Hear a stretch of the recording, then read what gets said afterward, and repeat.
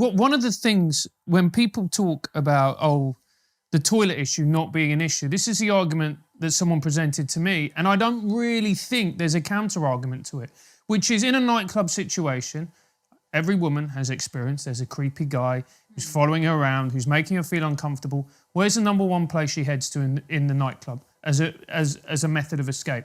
She goes to the female toilets. That is a safe space. If that is obliterated, she's got nowhere to go. I know.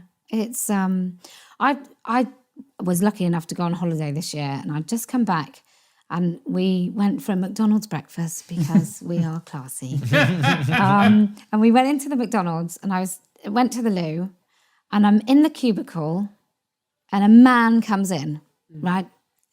Does not speak in English, seems to be in quite a rush, pushes open the door. I promise this is what I did. I just went and just didn't breathe.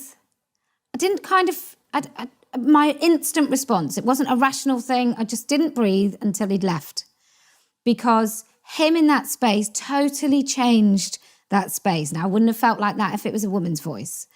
And so for some reason, we're having to pretend that isn't how we feel when we hear a man's voice.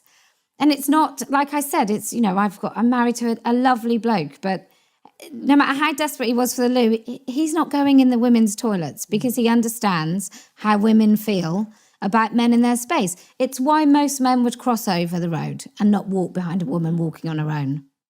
And do you think most women feel like that, or do you think it's just the way a certain section of women feel? I think most women feel like that.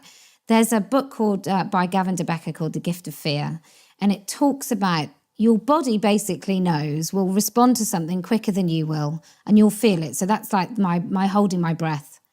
Now, what I could have done, which I think now what a lot of women do, is they would rationalise it and start reasoning with that instant response.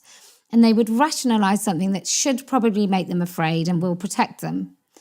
And I think that is happening really scarily with this younger generation of women, where they're not allowed to trust their emotions at all and their instincts. They're being told that they're mean, they're unkind.